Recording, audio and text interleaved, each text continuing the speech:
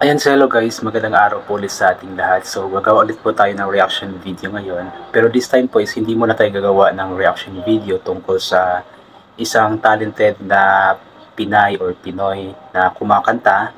Ang gagawin po natin ng reaction video ngayon is itong isang viral or trending na bata. Yung biglaan lamang talaga yung kanyang pag-viral siya or pag-trending. Biglaan talaga yung kanyang pagsikat. So ang batang ito po ay si Jovan.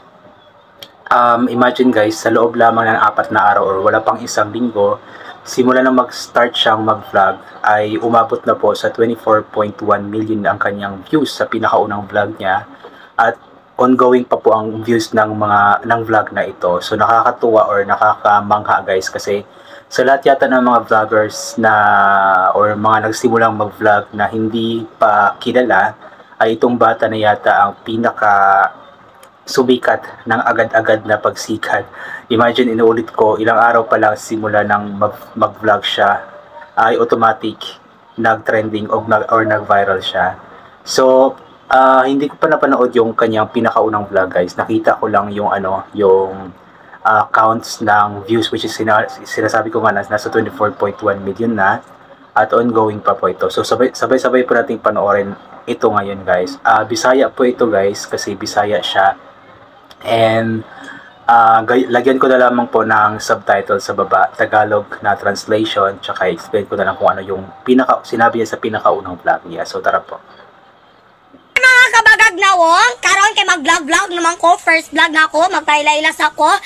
Ako si Jovan Ralimocon, 12 years old, nagpuyo sa Purok 2, Santa Juana, Tagbina, Surigao del Sur, Mindanao, Philippines, wala ko na suko! Napaklok ko. Kaya naman pala. Walis ngag dang ilong. Walis ngag di ay. Ipalo ko ninyo, suportahi ko. Ayaw mo sigbash-bash ha. Mag-comment gani mo. Dapat ka nang nindot. Tarunga. Maurat. Energetic pala siya. Okay na, no, dahil ang akong mama, nag-ilis sa akong manghod na akong mama murag na akong nag-iro. Huwag ka ron, ipatanaw ta mo sa balibot sa mong balay, maura niya mong balay, guys. Pobre ra kayo, mi. Among CR, gitap-tapan na lang, og nawong ni Pimentel dira. Umaw ni ang among lugar dira, guys. Parte ng nataka, dapat makadungog ning mga gobernador dira ipasimento. O guys, isulod na to, magtuta sa among kusina. Ang among kusina nga gabaga. Mao na siya guys, nagbaga-baga pa na magani wala na sunog. So dito mga kabagang nawong, mausa to ang akong first content kay murag pinakauna pa man. Isod sag pakuratan ta mo. Say makaingon mo, hala kagana ba ni nga vlogger? Syokre bitaw. Ayun. Nakakatuwa pala talaga siya guys. So yun yung pinakaunang vlog niya. So nagpakilala siya, ipinakita niya ang kanilang bahay, ang kanyang mama, ganoon po.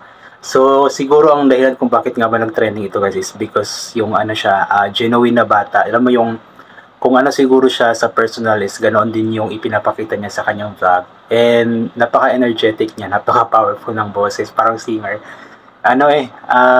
Nakakatuwa siya, komedyante siya. So, sa murang edad niya is marunong na siyang magkanoon na vlog. Which is, nakakatuwa talaga panoorin. Nakakatuwa.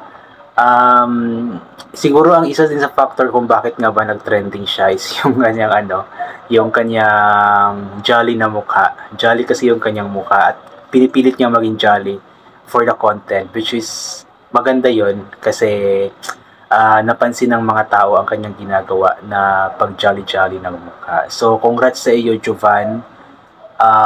Alimokon ba yung sabi niya? So, sa kasalukuyan po, after nga po nung first vlog niya, which is 4 days ago nga po, 24.1 million na po yung kanyang views doon sa first vlog. So, unti-unti pong umangat ang kanyang followers. Sa kanyang, yung post na yun is kanyang Facebook account, yung Jovan Guapo, kanyang personal Facebook account yun na meron ng 401,000 na followers, so agad-agad na dumami. Then yung kanyang official naman na Facebook account ay meron ng 569,000 na followers yata. And ongoing pa po, umangat pa po ang kanyang followers. So nakakatuwa, di ba? Kasi sa murang edad niya, 12 years old, batang-bata, pero naungusan niya lahat ng mga matagal na nag-vlog, naungusan niya kaming lahat. Yan, marami kasing mga nag-vlog na na matagal na katulad ko na hindi pa rin ganon ka-boom. Pero itong batang ito, imagine, ilang araw lang, automatic boom talaga agad. So, ibig sabihin guys, hindi nakabase sa tagal ng pag-vlog ang para mapansin ka ni Meta, hindi nakabase sa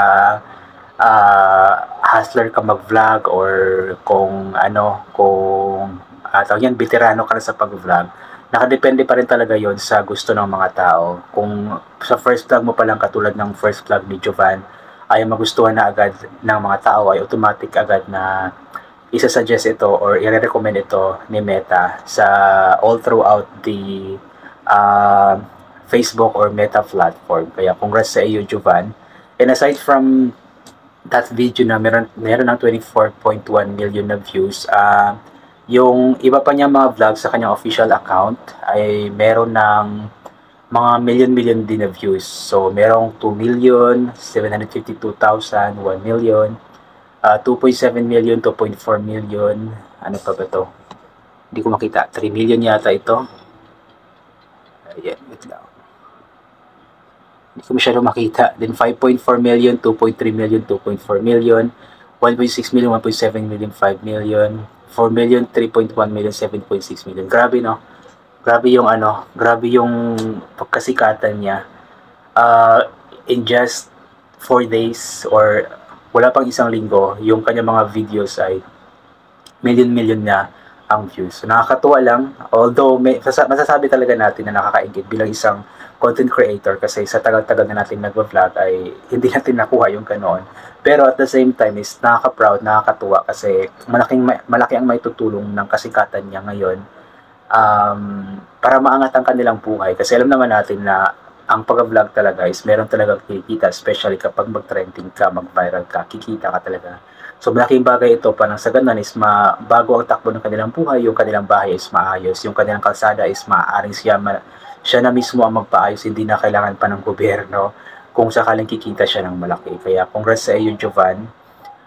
We are hoping na sana magtuloy-tuloy ang iyong kasikatan, magtuloy-tuloy ang pag-trending mo, pag-viral mo. Nang sa ganun is mas katulong ito sa iyo. And sa tayong mga manonood guys, huwag tayong mang-bash ng mga bata guys or mga vloggers, especially ng mga bata katulad ni Jovan. Huwag natin siyang i-bash kasi ginagawa lang din naman niya ang dapat niyang gawin or gusto niyang gawin nang sa ganun is umangat sa buhay at makatulong sa kanyang mga magulang, sa kanyang pamilya. Kaya huwag po natin siyang i-bash. Sa halip ay supportahan po natin at i-share po natin ang kanyang mga i-upload or ina-upload na mga videos. Ayan, ang pangit na ng buhok ko.